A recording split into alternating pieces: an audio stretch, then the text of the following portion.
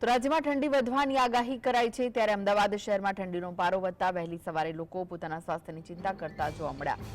નાના બાળકોથી લઈને વૃદ્ધ લોકો ઠંડીમાં મોર્નિંગ વોકથી લઈને હેલ્ધી ખાવાનું પસંદ કરી રહ્યા છે। અમદાવાદમાં લોકો વેજીટેબલ સૂપ પીવાનું પસંદ કરી રહ્યા છે। સ્વાસ્થ્ય માટે સારો તેવા અનેક વેજીટેબલ સૂપનું લોકો સેવન કરી રહ્યા છે। તો ઠંડીનો ચમકારો જોવા મળી રહ્યો છે અમદાવાદમાં, ત્યારે અમદાવાદીઓ પણ સ્વાસ્થ્યને લઈને અવેર જોવા મળી રહ્યા છે।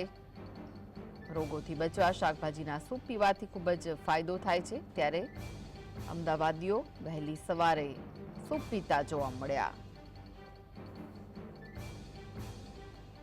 પાલક, ટમાટર, આમળા, સરગવો જેવા જ્યુસો મળે છે। આ સ્વાસ્થ્ય માટે સારું છે।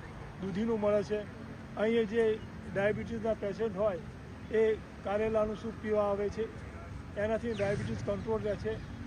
આ શિયાળાના મોસમમાં મોર્નિંગ વોકથી એક તો ઠંડીમાં રાહત રહે છે અને આ ઉપરાંત ડાયાબિટીસમાં જે લોકો હોય છે એમને ચાલવાની ટેવ પડે છે અને એમાં એમને સારી રાહત રહે છે, એમનું સ્વાસ્થ્ય સારું રહે છે।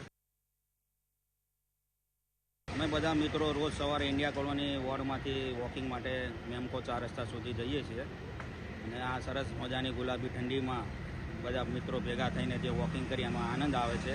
આનંદ આવ્યા પછી અહીંયા વેજીટેબલ સૂપનો અમે લાવો લઈએ છીએ। અહીંયા આપણે દૂધી, સરગવો, આંબળા, બીટ, ગાજર બધા હેલ્ધી સૂપ મળે છે, તે પીને પછી અમે બધા અહીંથી વિદાય લઈએ છીએ।